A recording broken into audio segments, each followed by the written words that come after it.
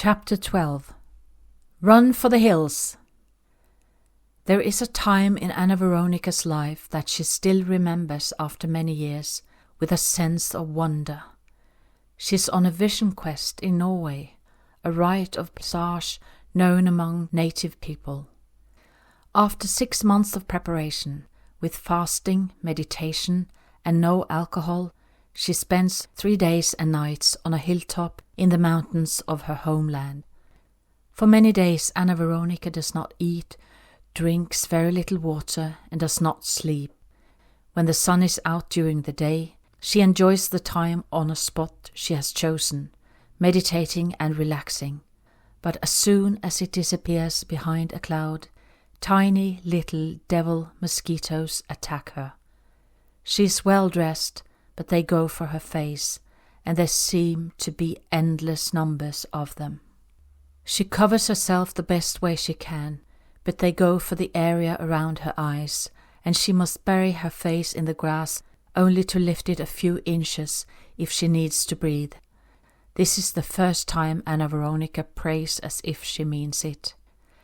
Later she reads that these mosquitoes can kill a cow in a few minutes. She does not doubt that for a second. On the 3rd night she goes over to the other side.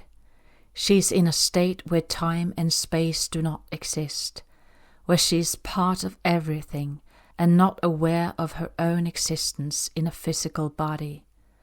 Anna Veronica cannot feel her body, nor her mind.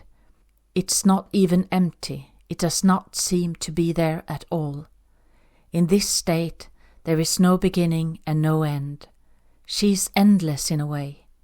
She watches as everything around her moves and changes with energy. She realizes that everything is energy. The trees, the stumps, the hillside, the clouds, the stones, they are alive. When the sun rises on the 3rd day, Anna Veronica can hardly drag her feet back to the cabin where her friend and guide has been praying for her. Years later, she often thinks back to her vision quest. She understood some of the visions back then, while others took years to figure out. Besides, although the visions appeared real and could not be a product of any kind of manipulation of the mind, the figuring out is a product of her thinking and understanding. After meeting up with Jacob the last time, Anna Veronica is determined to focus as much as she can on writing and publishing. The novel will have to wait. It will take months to finish it, and she does not have the time nor the money for that now. Besides, writing always works best when she is living on her own. Instead, she finds another manuscript from her drawer that she rewrites and finishes. It is the fantasy story about the Molly people from deep space. They are a people who travel through time and space before arriving to Earth to help wake up humans to their own hearts. Molly is the nickname that Anna Veronica's mom used to call her when she was little, just like her siblings had their own names. She dedicates the story to her mom. During these times, she continues to seek more information on twin flames, make her own videos, and work part-time in the kindergarten. She has begun to earn some shillings on her books, mostly her audiobooks through the libraries, and whenever she can, she goes to Denmark to see her children and friends. It is during these times that Anna Veronica begins to think that this really is her last time on Earth, and that there is no way she is coming back here. No way. She has done it all, and she has had it. She has been in checkmate for years. Her mind and body has been soaked in stress and pain from clearing out thousands of years of suppression and separation from the source, and it all started because of a connection to another human being, which neither is able to let go of. Anna Veronica sometimes wonders what they are here to learn from each other. From time to time, she thinks that maybe she really needs to wrestle another woman. Jacob still mentions it from time to time, but it does not feel right. Although she has begun to understand that this connection is not to be treated within any conventional norms or ideas, it always comes back to him being married. She is not even sure if he lives together with his wife anymore, but it is all about energy. If he were divorced, it would change everything. She would probably wrestle for him and never expect anything in return. It is as complicated and as simple as that. Oh wait, she would like to lose some weight as well. Then it would be more simple than complicated. The day comes when Anna Veronica does not care about losing Jacob anymore, which is both stupid and funny at the same time when she thinks about it. Who is she trying to fool? She knows very well that what he hates more than anything is the thought that anyone is dependent upon him. Not that she ever was. She just happens to love him. Oh, wait, sorry about that. She just happens to like him a lot. Love is a no-go word. But what is there to lose? How can anyone lose anyone who comes from God and who goes back to God when life here on this planet is over? Anna Veronica realizes that this is just some high-flying philosophical nonsense, because of course you can lose someone you love. That is human. It happens all the time, all over the planet. Deep within her heart, Anna Veronica knows that Jacob likes her. So she must be smart and come up with something that will scare him off, never to write her again.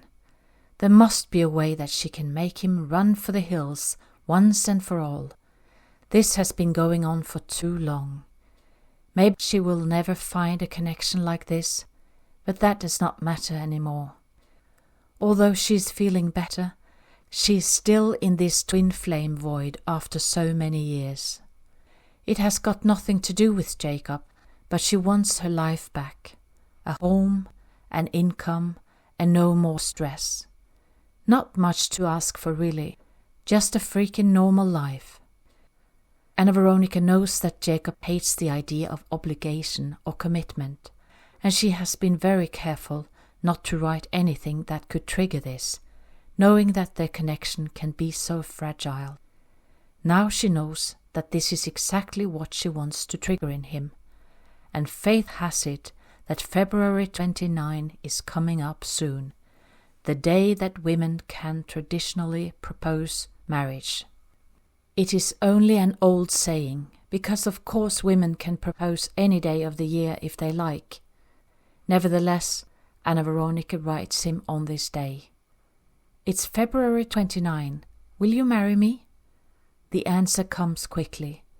Sorry, not my thing, but thanks for the thought. Anna Veronica laughs when she reads his reply. Of course she knows that he hates marriage. She also knows her rejection patterns all too well to let an answer like that get to her. I want to wake up next to you every morning. She's convinced this is going to scare him off, never to write her again. But it doesn't. On the contrary, he seems a lot more cheerful now. You seem to be in a good place, Miss Bergheim. Anna Veronica cannot believe this. Is he not getting it? This is not going according to plan. I want to kiss, cuddle, and make love to you every day. That sounds nice. Maybe we could meet up soon. What? Wait a minute. Why are you not running for the hills? Because I fancy you. At this point, Anna Veronica just laughs at the whole thing. Well, love is such an interesting thing, isn't it? Although Anna Veronica's genius plan about making Jacob run for the hills fails, it is a turning point for her. Without even knowing it, she's been afraid of losing him, and now she is not anymore. Maybe it's all about herself wanting to run for the hills and being so fed up with a connection that is going nowhere. They are not supposed to be together, and she has learned so much. She only wants to move on with her life, But somehow her brilliant idea has the opposite effect on Jacob. He seems happier and more relaxed after she tries to make him run for the hills, and when one of them is in a good place, it always seems to affect the other. Before they know it, they agree to meet up for a few days in Ireland, where Jacob is looking at investing some money in an apartment to rent it out. Anna Veronica finds a world record-breaking cheap flight ticket, and Jacob will provide them with food and shelter. Unfortunately, or fortunately, they are having so much fun this time, and there are so many hills in Ireland. Look, there's a hill right there. Anna Veronica is pointing in one direction. Stop the car and start running, Mr. Roberts. Run for the hills. Women are nightmares, and there is a mad woman right behind you, chasing you. Run, boys, run. Never trust a woman. Jacob could not agree more. Hide in a cave and don't come back. It's not safe here on this planet. It's full of women. Anna Veronica laughs, and so does Jacob. So, are you going to have a fight one of these days, Miss Bergheim? Not for me, but for you. Jacob looks at her, but Anna Veronica only sighs a little. Well, you know, our connection is not about expectations or making any promises. I guess you're right about that. Jacob looks at her, and they fall quiet for some time, but only until there is another hill in the distance. Being together like this makes Anna Veronica's heart sing again, and she is happy when she goes home. This is the best time they have had together since their first meeting in France, and she does not feel rejected or hurt. They were only having a good time, enjoying the heartfelt energy between them. She knows it means that she has moved through her fear of rejection, and that this is what this connection is about. It is about her own healing. Back in Norway, Anna Veronica is soon on her way to Denmark to start an ice cream shop together with Liva and Liam. Liva and her husband have bought a property with both a shop and a house where they can live. Anna Veronica feels that things are beginning to work out for her. She will be closer to her children, have work she can manage, an income, a place to live, and spend time with her friends. Besides, this means that she will be able to write during the winter. It is a win-win-win all the way round. I know you have read this sentence before, but little did she know.